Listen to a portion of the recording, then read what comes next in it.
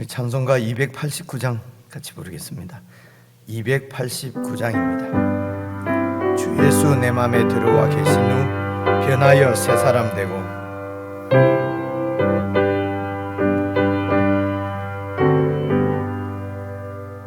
주 예수 내 맘에 들어와 계신 후 변하여 새 사람 되고, 내가 늘 바라던 참빛을 찾음도 주 예수 내 맘에 오신,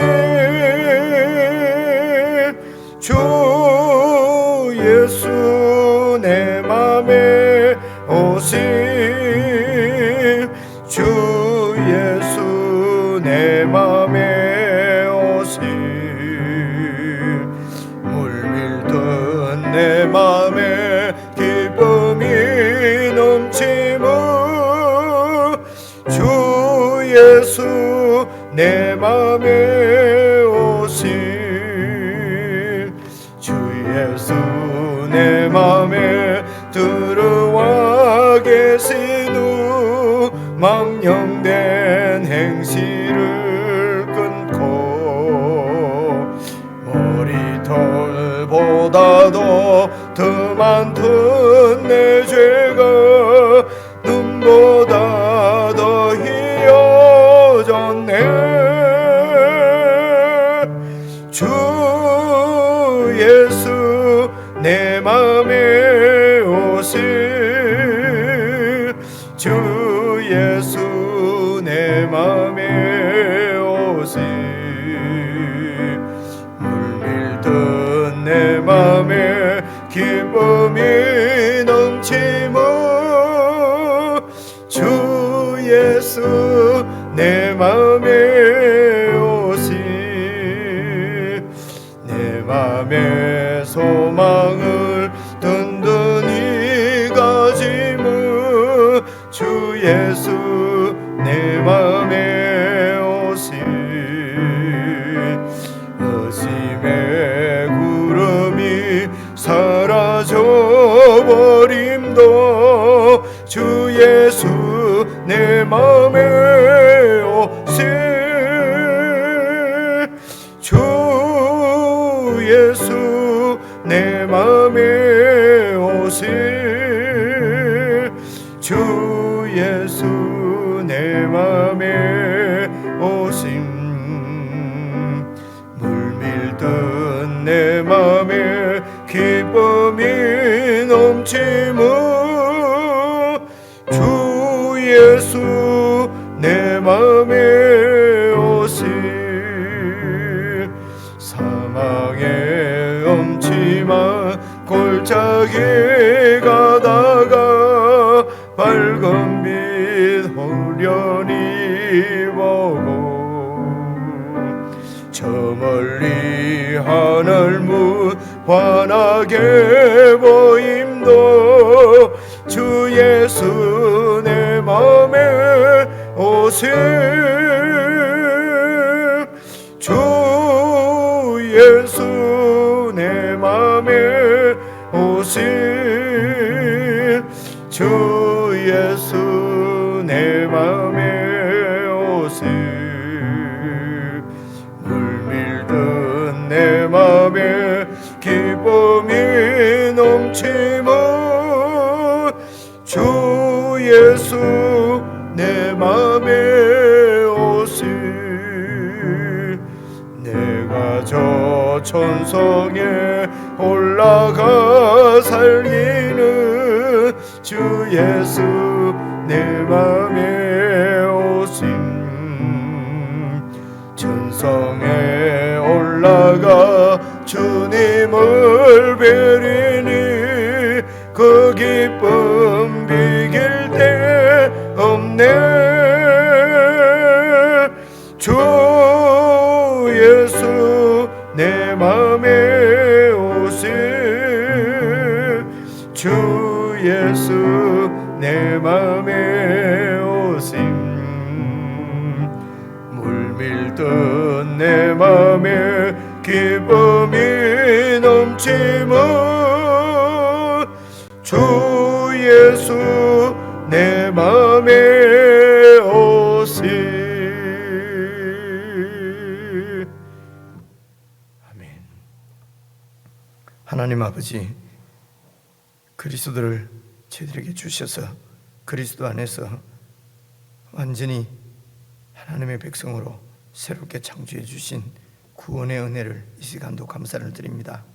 하나님 아버지, 우리가 이 땅에 살지만 이 땅에 속하여 혈육에 속한, 육체에 속한 자가 아니라 하늘에 속하여 그리스도 안에서 영원한 하나님의 새로운 새 피조물인 것을 늘 기억하고 옛 윤리를 따라 육신을 따라 살지 않고 우리와 함께 하시며 우리를 인도하시는 하나님의 영의 인도를 잘 받을 수 있도록 우리의 욕심과 우리의 정욕들을 늘 십자가에 넘겨주고 못 받고 내 십자가를 지고 신실하게 주님 뒤를 따를 수 있는 믿음의 사람들로 성령 하나님 저희들을 붙드시고 인도해 주시기를 기도합니다. 우리의 정체성들을 말씀을 통해서 매일 분명히 다시 한번 의식하고 그리스도의 사람인 것을 믿음으로 오늘 하루도 증명하며 증거하며 그렇게 사라지는 영혼에 연결된 복된 한 날이 될 수 있도록 모든 성도들을 붙드시고 성도들의 삶들을 축복하시고 인도해 주시기를 기도합니다. 함께 묵상하는 주의 말씀이 우리의 믿음을 더 굳세게 굳건하게 세워주실 줄 믿고 우리 주 예수 그리스도의 이름으로 기도드리옵나이다. 아멘.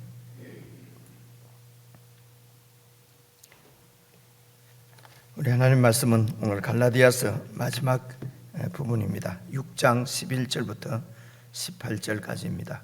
구약성경 309페이지 갈라디아서 6장 11절 제가 먼저 읽겠습니다. 내 손으로 너희에게 이렇게 큰 글자로 쓴 것을 보라. 무릇 육체의 모양을 내려 하는 자들이 억지로 너희에게 할례를 받게 함은 그들이 그리스도의 십자가로 말미암아 박해를 면하려 할 뿐이라. 할례를 받은 그들이라도 스스로 율법은 지키지 아니하고 너희에게 할례를 받게 하려 하는 것은 그들이 너희의 육체로 자랑하려 함이라. 그러나 내게는 우리 주 예수 그리스도의 십자가 외에 결코 자랑할 것이 없으니 그리스도로 말미암아 세상이 나를 대하여 십자가에 못 박히고 내가 또한 세상을 대하여 그러하니라. 할례나 무할례가 아무것도 아니로되 오직 새로 지으심을 받는 것만이 중요하니라. 무릇 이 규례를 행하는 자에게와 하나님의 이스라엘에게 평강과 긍휼이 있을지어다.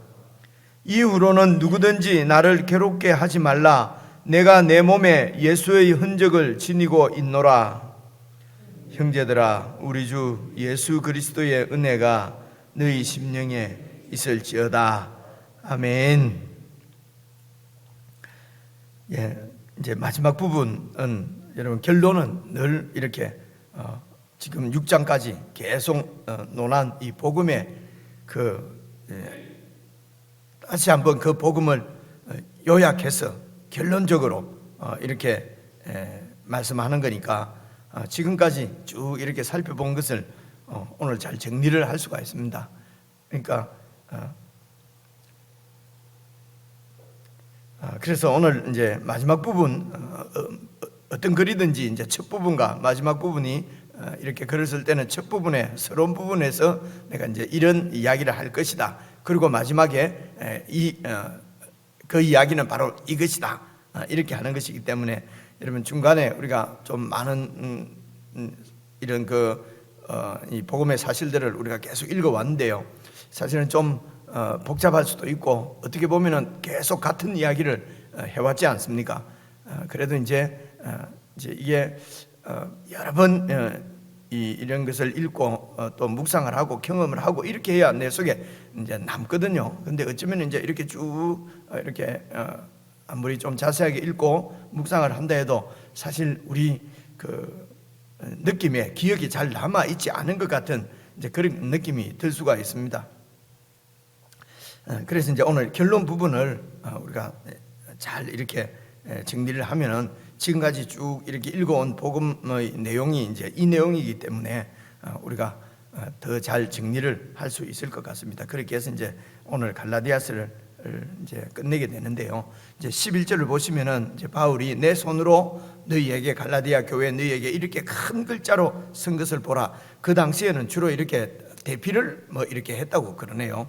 또 어떤 경우에는 바울이 눈이 이렇게 좋지 않아서 자신이 못 쓰고 이렇게 비스가 이렇게 이제 쓰기도 했다. 뭐 그런 이야기도 있는데요. 어쨌든 그 당시의 관습인 것 같습니다. 뭐 지금으로 치면 이메일로 보냈다 뭐 이럴 수도 있지 않겠습니까? 근데 이제 그때는 이제 이렇게 대피를 이렇게 했는데 이제 마지막 부분에 내가 큰 글자로 썼다 하는 것은 이제 지금으로 치면은 서명이겠죠. 이제 내가 쓴 것이다. 혹은 또 그때만 해도 이런 뭐 글로 모든 사람들이 이 책으로 이렇게 한 권씩 가지고 책으로 읽는 것이 아니고 이제 편지가 오면은 교회 앞에서 이제 그 형제 자매들 앞에서 리더가 그것을 읽었겠지요, 그죠? 그래 읽을 때에 이제 바울이 이 큰 글자로 이렇게 딱 서지가 있는 부분을 좀 아무래도 읽는 사람이 강조해서 안 읽겠습니까? 내 손으로 너희에게 이렇게 큰 글자로 쓴 것을 보라. 우리 이제 이 바울 사도께서 이렇게 쓴 편지가 이제 분명하고 봐도 사도 바울의 어떤 심정을 이렇게 나타내는 편지인 것을 이제 회중들이 이제 들으면서 혹은 이제 읽는 것을 들으면서 이제 그렇게 주의를 환기시키는 이제 그런 결론적인 그런 말씀으로 보면 되겠죠.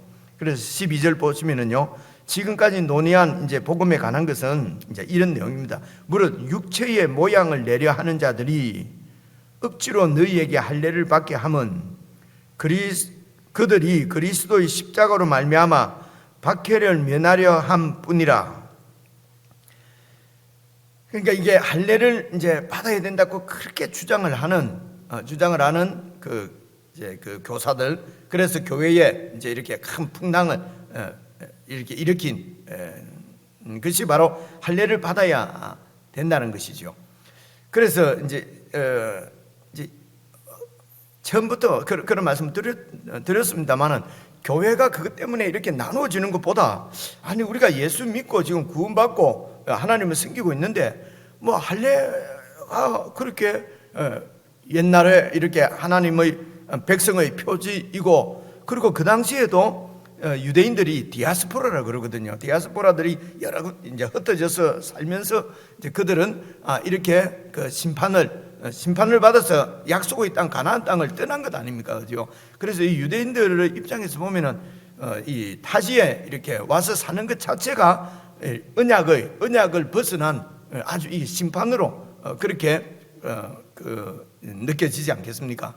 그래서 이렇게 심판을 받은 것이 바로 율법을 지키지 못했기 때문이다. 율법을 범했기 때문에 하나님의 심판으로 가나안 땅에서 쫓겨나서 이제 이런 것은 신명기 28장에 다 근거하는 것입니다. 이 말씀을 지키지 않으면은 너희들이 이곳에서 다 하나님께서 가나안 땅에서 쫓아내서 이방의 이런 이 포로로 지배를 받고 유배민으로 살게 하겠다고 하는 것이 신명기 28장 그 뒷부분에 이렇게 14절까지는 여러분 신명기는 하나님 말씀을 잘 지키면은 하나님이 들어와도 복을 받고 나가도 복을 받고 기억나시죠, 그죠? 그게 신명기 28장이에요. 그게 보면은 율법을 지키지 않으면은 이 가나안 땅에서 쫓아내 버리겠다라고 하는 말씀이 있습니다. 그래서 이제 이런 타 지역에 살고 있는 디아스포라들은 다 그 삶 자체가 하나님의 저주인 것입니다. 그죠? 왜 이렇게 하나님의 심판을 받았느냐? 율법을 지키지 못하기 때문이다. 그래서 이방 지역에 사는 디아스포라들은 율법대로 살려고, 그래서 이제 그 회당 시나고그라는 회당을 만들고 그곳에서 율법을 이제 읽고 이제 그 말씀대로 경건하게 살려고 그렇게 많이 애를 쓰지 않겠습니까? 이런 경건한 삶이 이방 지역에 살고 있는 많은 사람들의 선망의 대상이 된 것입니다. 자기들은 우상을 섬기고, 우상은 꼭 이런 이 성적인 이런 부도덕하고 다 연결이 되니까요. 그러면서 정말 엉망진창으로 사는데, 저 유대인들은 자기들끼리 다 이렇게 모여서, 회당에 모여서 또 안식일마다 그 예배를 드리고 삶이 경건하단 말입니다. 그래서 이방인들 중에서도 이렇게 회당으로 와서 이렇게 이제 성경을, 구약 성경의 말씀을 듣고, 지금으로 치면 설교를 듣고, 그렇게 이제 여호와 하나님을 섬기는 사람들이 많이 이렇게 나오게 됐습니다. 그런 사람들 성경에서는 경건한 사람들 이렇게 표현합니다. 대표적인 사람이 고넬료, 그죠? 베드로가 만나서 복음을 전했던 로마 장교 고넬료 같은 이런 사람이 경건한 사람 이렇게 나오거든요. 그래서 이제 이런 말씀을 드리는 것은, 그렇게 해서 많이 이렇게, 그런데 이제 그렇게 이제 회당으로 와서 이제 거기에서 할례를 받으면은 이는 이제 완전히 유대인이 되는 거예요, 그죠? 그 이방인이라도. 그리고 이제 할례를 받지 않고 그냥 회당만 출석하고 이렇게 하나님을 섬기면 경건한 사람이라고 얘기하고, 이제 그 당시 그렇게 했다고 그럽니다. 그러니까 이제 예수를 믿고 이제 하나님이 백성이 되었다. 그런데 할례를 받아야 된다. 그러면 예수 믿고 할례도 뭐 좀 받으면은 여러분 더 좋지 않겠습니까? 우리가 그냥 같은 값이면은 이렇게 더 좋다든지 그런 표현들이 있지 않습니까? 그래서 우리들도 왜 이렇게 바울이 왜 이렇게 할례고 그냥 좀 받으면 어때서? 그리고 예수만 잘 믿으면 되잖아요. 우리 마음 안 흔들리고. 이제 우리가 적용할 수 있도록 이렇게 한 것입니다. 그래서 근데 바울을 보시면, 그럼 바울이 아주 성질이 더러워서 그러냐? 여러분 다른 서신을 읽어보면, 내가 한 사람이라도 더 그리스도의 사람으로 얻기 위해서, 한 사람이라도 더 구원하기 위해서 유대인에게는 유대인처럼 내가 그렇게 하고, 이방인들에게는 이방인처럼 내가 하고, 그렇게 했다는 말씀도 나오잖아요. 그러니까 바울이 무슨 자기 성질대로 하는 것이 아니고, 이 할례를 받는 것이 그만큼 이게 심각한 문제, 이거는 결정적인, 복음에 대한 결정적인 문제라고 하는 것이죠. 그죠? 그래서 이제 이 할례를 여기에서는 이제 다른 부분, 율법 전체를 얘기한 것이 아니고 이제 할례만 지금 중요하게 나오지 않습니까? 그렇게 해서 여러분 14절 보시면은요, 14절 바로 앞에 13절, 그들이 너희의 육체로 자랑하려 함이라. 14절, 그러나 내게는 우리 주 예수 그리스도의 십자가 외에는 결코 자랑할 것이 없다. 그러니까 이 십자가의 복음을, 이 할례가 그 당시 여러 상황이나 이런 유대인들의 그런 의식 구조나 여러 가지가, 이 할례를 받게 되면은 십자가의 의미라고 그럴까요? 십자가로 구원받는 십자가의 복음이 이게 허물어지는 것이에요.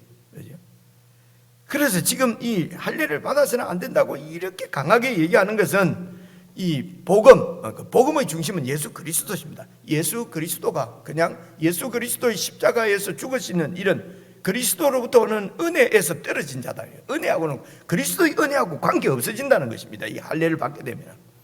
그래서 복음에 대해서, 그냥 복음 이러면 또 흔들리지 않습니까? 예수 그리스도입니다. 예수 그리스도의 은혜가 그냥 이렇게 별것 아닌 것처럼 되고, 예수 그리스도의 십자가의 죽으심이 그럴 수도 있고 안 그럴 수도 있고, 꼭 예수님만 구원받나? 구원받는 길이 얼마나 많은데, 그죠? 정상에 올라가는 길이 꼭 한 길밖에 없냐? 산에 올라가는 거 이 길도 있고 저 길도 있는데, 이게 이런 별거 아닌 것 같지만 이런 것이 예수 그리스도의 십자가에 치명적으로 완전히 다른 거잖아요, 그죠? 그러나 세상에서는 그럴 수 있죠. 서울 가는 길이 꼭 경부고속도로밖에 없느냐? 중앙도로도 있고 무슨 도로도 있고, 뭐로 가도 서울만 가면 되지. 이런 이제 의식들이 일반적으로 우리에게는 많이 있습니다. 이런 다양성을 갖고 있으면 사람이 아주 육체의 모양이 나잖아요. 인격이 좋은 것 같잖아요, 그죠? 모양 나잖아요. 멋있고, 사람이 참 포용성이 크고, 그죠? 근데 예수 믿으면 그런 포용성이 없느냐? 예수님 믿으면 원수도 사랑해야 되는 포용성이 있지요, 그죠? 그래서 이제 이런 부분을 우리가 잘 생각하고 묵상을 하지 않으면은, 그러니까 예수 잘 믿어서 봐라, 십자가에 뭐 이렇게 아니면 아무것도 아니, 그렇게 해서 예수 믿는 사람이 밖에서 볼 때는 아주 고집스럽게 비치고요, 그죠? 아주 아나무인이고 그렇게 비칠 수도 있죠. 근데 그게 전부 다가 되면 되지 않죠. 예수님이 나에게 생명을 주신 것처럼 나도 내 생명도 이제는 세상을 위해서 이렇게 내 중심적이 아니니까 이제는 어떤 사람도 용서하고 품을 수 있고, 이렇게 하면은 하늘과 같은 그런 하나님의 그 마음 형상이까지 우리가 자라야 되니까요. 자라도록 하신다고 하니까 이제 그렇게 나타나지 않습니까? 그런 이제 이런 부분을 제가 설명만 드리는 것입니다. 뭐 어떻다고 하는 것이 아니고, 어쨌든 이 할례에 대해서 이렇게 바울이 강하게 얘기하는 것은 사실은 갈라디아서 전체는 할례 받지 말라는 것입니다. 디도에게 억지로 할례를 주려고 하는 것을 할례 받지 않았다 그러지 않습니까? 그렇죠? 이것이 어디로 연결되냐면요, 베드로가 이방인들하고, 이방인 그리스도인들입니다. 이방인들하고 같이 식사를 하다가 야고보에게서 온 어떤 유대 그리스도인들, 할례자들입니다. 그 사람들이 오니까 이렇게 그냥 안 먹는 것처럼 했다는 말씀이 있었지 않습니까? 그죠? 그러니까 이 할례하고 또 이런 이방인들하고 같이 식사를 한다는 것은 이방인들이 하나님의 백성이 됐다는 것이거든요. 그죠? 그래서 이방인들은 할례를 받아서 하나님의 백성이 된 것이 아니에요. 그래서 그것을 인정하고 같이 교제하다가 어떤 할례자들이 오니까 아닌 것처럼 했다는 것은, 그죠? 할례를 통해서만 하나님의 백성이 된다는 거예요. 그러면은 예수 그리스도를 통해서 하나님의 백성 되는 이것은, 이 복음은 허물어지는 거 아니겠습니까? 그죠?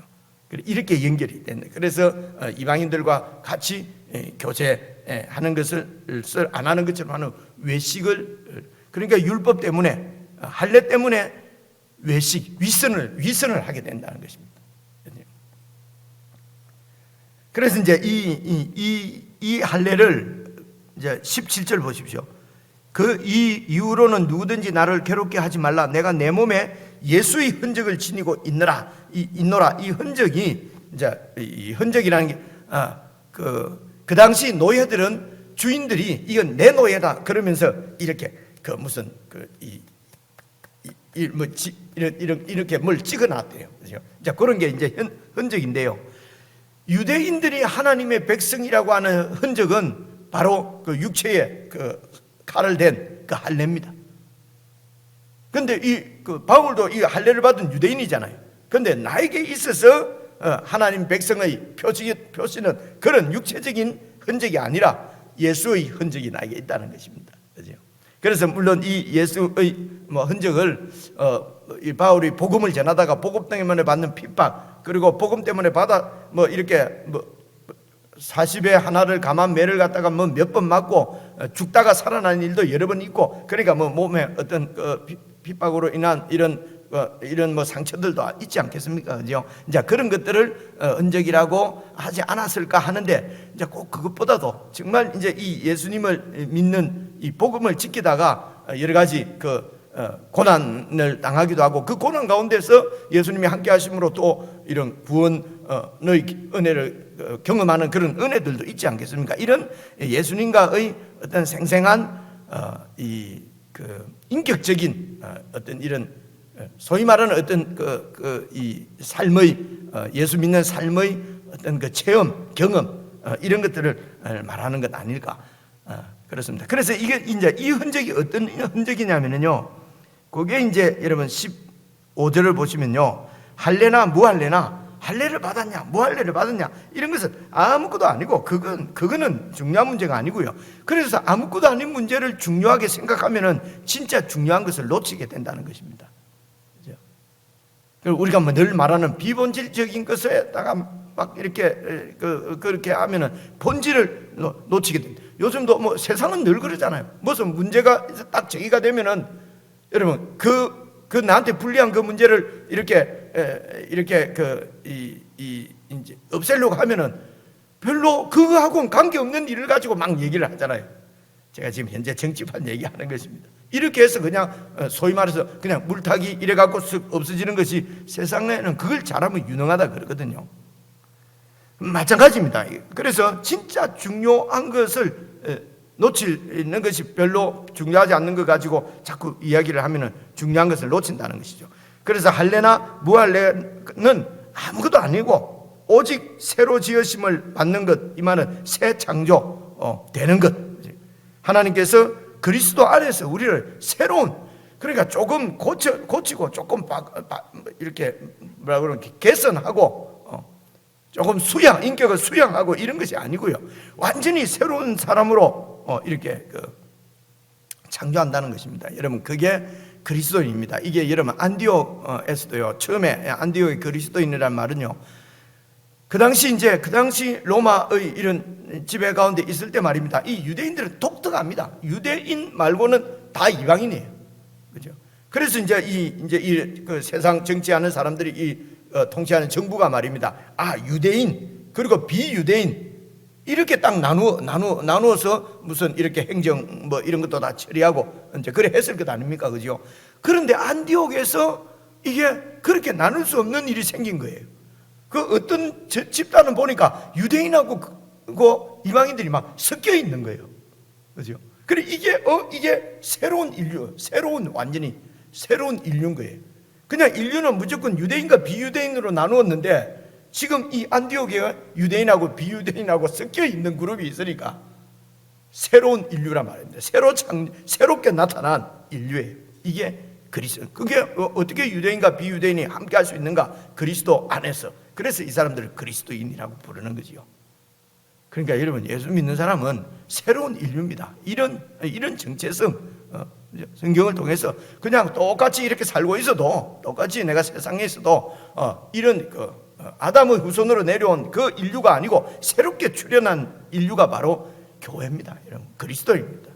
저와 여러분이거든요. 예수 안에서 새롭게 하나님께서 창조한 새로운, 그래서 누구든지 고린도후서 5장 17절 누구든지 그리스도 안에 있으면 새로운 피조물이라. 여러분, 이게 생각만 해도 잎이 묵상해서 이 부분이 분명하면 여러분 뭐라고 표현해야 되죠? 너무 좋지 않아요, 그죠? 뭐 끝날까 아무것도 없고요. 죽으면 또 막 그냥 또 그러니까 바울이 한 말을 몸 안에 있으나 몸 밖에 있으나 몸 안에서도 그리스도와 함께, 몸 밖에 있어도 그리스도와 함께, 죽어도 그리스도와 함께, 살아도 그리스도와 함께. 그래서 나는 죽는 것이 좋으나, 이건 잘 모르겠어요. 죽는 것이 좋으나 그래도 내가 살고 싶은 것은 너희들을 위함이다. 이런 말씀들이 좀 이해가 오지 않습니까? 그죠? 이게 새로운 피조물이라는 것입니다. 이것은 이런 새로운 피조물의 그 하나님과의 그 자녀로서의 감격은 이런 할례 받고 율법 지키고 이런 거 가지고는 흉내도 낼 수 없는 것이다. 지금 이 얘기를 하는 것입니다. 오늘 우리가 적용할 때는 이런 종교적인 여러 활동들, 이런 것이 그냥 신앙생활의 전부인 것처럼 우리가 그렇게 생각이 되어지면은 그것으로 만족하면은 이런 그 유대인 겉모습 모양만 내려고 하는, 육체의 모양을 내려고 하는 그런 육체의 모양을 내려고 억지로 너에게 할례를 받게 안 돼요. 억지로 그냥 그 종교적인 여러 가지 꼭 해야 되는 몇 가지 있지 않습니까? 이렇게 여기에 그냥 이 정도 수준이고 이 정도에 붙잡히면은 새 피조물로서의 그런 감격적인 이런 그 그리스도의 삶은 우리가 누릴 수도 없고 경험할 수도 없다. 하나만 더 말씀드리면요, 우리가 처음 예수를 믿을 때, 이제 저희 교회 같은 곳은 이제 올해 우리가 3, 40년 전에 예수님 믿을 때, 그때 소위 예수님을 믿어서 하나님의 자녀가 되는 구원받고 하는 이런 복음을 지금은 많이 지나지만은 그때만 해도 그런 걸 잘 못 들었거든요. 그냥 교회 가면은 그냥 일요일 하면 큰일 나죠, 그죠? 주일날 사 먹으면 안 된다, 뭐 하면 안 된다, 이제 이런 얘기만 들었어요. 그래서 저도 고등학교 시절에는 진짜 제가 믿음이 좋았어요. 어떻게 믿음이 좋았냐? 일요일날 쫄쫄 배고르면서도요, 밥 하나도 안 써먹었습니다. 이게 이제 믿음 좋은 표시였거든요. 그러다가 이제 직장 일 때문에 장원에 와서 예수 믿으면은 이렇게 새로운 피조물이 되고 믿음으로 구원받고 하나님의 자녀이 되고 이런 얘기를 들은 거예요. 그죠? 그리고 그때 얼마나 좋았는지 모릅니다. 그리고 우리 그래서 참 목회자가 되고 가슴이 아픈 것은 그때는 너무너무 좋았는데 갈수록 목사님 믿음이 더 자꾸 없어지는 것 같아요. 옛날에는 그렇게 뜨거웠는데 감격적이었는데 지금은 뭐 맹숭합니다. 이런 얘기를 들으면요, 어떻게 이렇게 대응을 해야, 까딱 말을 잘못하면은 뭐 무슨 또 뭐 이렇게 힐난하게 되는 것 같기도 하고 막 그렇지 않습니까? 그죠? 그러니까 예수 믿는 감격은 갈수록 더 깊어지는 것이지 그게 더 없어질 리가 없지 않습니까? 그죠? 그래서 이제 더 깊어진다는 것은 더 성숙한다는 거죠.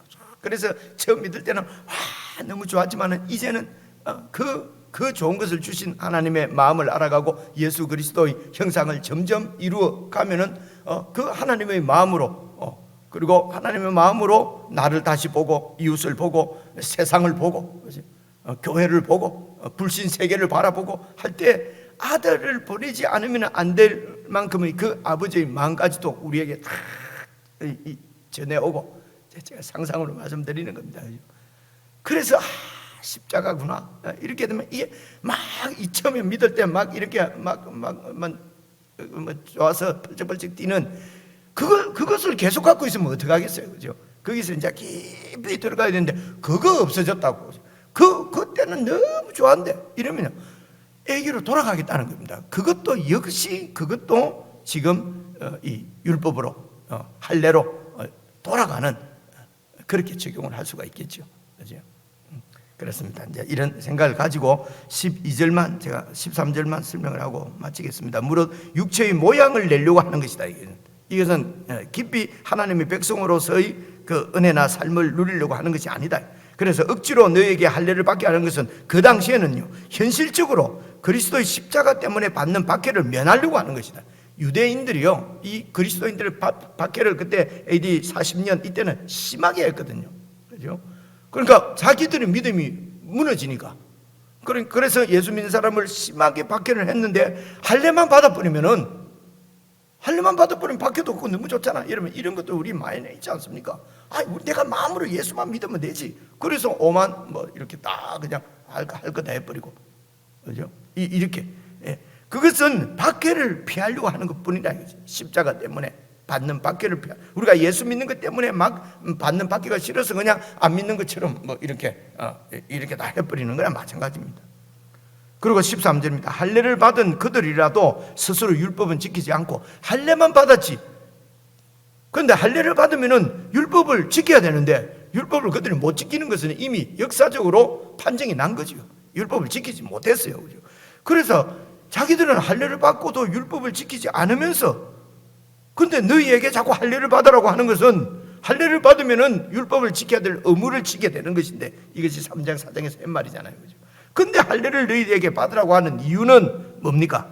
하는 것은 그들이 너희의 육체로 자랑하려 함이라. 이 말은 이제 많은 사람들을 이렇게 할례를 주면은, 우리로 치면요, 전도를 많이 하면은 유대인으로 전도하는 거죠. 유대인으로 전도를 많이 하면은 막 텔레비도 주고 상도 주잖아요. 그죠? 와, 전도 왕이라는 칭호도 받고. 웃기지만요, 이 마찬가지입니다. 너희의 육체로 하면은 너희에게 할례를 많이 줘서 유대 사회에서 인정을 받으려고 하는 것이라는 것입니다. 그 거짓 유대인 교사가 이제 이게 무슨 뜻인지 아시겠죠, 그죠? 너희 육체로 자랑한다. 내가 할례를 이렇게 많이 전도했다. 그죠? 그래서 유대 사회에서 너희를 통해서 이렇게 자랑하려고 하는 것뿐이다. 그래서 정말 하나님의 백성으로서 너희들을 도우려고, 하나님 백성으로 잘 살 수 있도록 도우려고 하는 것이 아니고, 너희들한테 그렇게 잘하고 막 하는 것은 다 자기의 자신의 그 이익 때문에 그러는 거라는 것입니다. 바울이 이렇게 남을 비방하면 되냐? 어쨌든 그리스도가 십자가가 중심입니다. 그죠? 십자가를 변호하고 십자가를 세우기 위해서 그것이 절대 가치이기 때문에 다른 사람은 비방하냐? 십자가를 반대하는 사람은 비방합니다. 이렇게, 그죠? 그들은 자기들 욕심 차리는 것이지 하나님 성인하고는 아무런 관계없다. 그래서 이제 그 거짓 교사들이 그렇고 14절, 나는 결코 자랑할 것이 십자가밖에 없다. 바울도 그런 식으로 하면은요 자랑할 게 무지무지 많습니다. 여러분 그런 교회를 없애버리려고 다메섹까지 출장까지 간 사람이지 않습니까? 그죠? 내가 또 자랑할 거 많은데 그러나 이제 그런 거 다 버렸다. 오직 내가 자랑할 것은 그리스도의 십자가밖에 없다. 그래서 16절 보십시오. 무릇 이 규례를 행하는 자에게 하나님의 이스라엘에게 평강과 긍휼이 있을 수. 이 규례를 행한다는 말은요 규례가 기준이란 말이에요. 행한다. 그래 행하는 기준 규례가 할례나 무할례가 아니고 15절인 대로 새로 창조를 받는 것입니다. 이 그리스도 안에서 새로 창조함을 받는 사람, 이 사람이 여러분 16절에 하나님의 이스라엘입니다. 하나님의 이스라엘, 그렇죠? 유대인이 이스라엘이 아니라 이렇게 예수 그리스도 안에서 새로 지으심을 받은 자들이 하나님의 이스라엘이다. 할례를 받았으나 율법을 지켜서가 아니다. 17절 그렇기 때문에 누구든지 이제는 나를 괴롭게 하지 마라. 자꾸 이렇게 교회에 분란을 일으키지 마라. 고집 세우지 마라. 예수 안 믿으려면 떠나라. 쫓아내라. 그렇죠? 그리고 18절 형제들아 우리 주 예수 그리스도의 은혜가 너희 심령에 있을지어다. 쫓아내야 됩니다. 그래서 쫓아내는 걸 지금도 누가 잘 믿나 안 믿나 교회에서 쫓아낸다는 거 아니고요. 내 속에 있는 하갈입니다. 내 속에 있는 그 종입니다. 그 종의 그 근성이 있지 않습니까? 십자가만으로 아니고 자꾸 나를 육체로 자랑하고 육체에 매이는 종 말입니다. 이거 이제 그것을 늘 쫓아내는 것이 정과 욕심을 십자가에 못 박는 것이죠. 내용은 여러분 잘 아시는 내용이지만은 적용이 잘 안 되기 때문에 제가 설명을 좀 많이 드렸는데요. 여러분 개인적으로 다시 읽으시면서 좀 우리의 신앙이 정말 십자가로 잘 이렇게 세워지도록 십자가 가지고 막 싸우고 나가서 이기고 십자가로 승리하자. 십자가로 승리한다는 말은요 십자가로 죽는다는 것입니다. 근데 이런 것도 우리가 잘 묵상을 하지 않기 때문에 십자가로 뭐 승리한다면서 오만 막 싸움은 다 하고 그죠? 그렇게 하는 것이 아닙니다. 개인적으로 묵상하시겠습니다.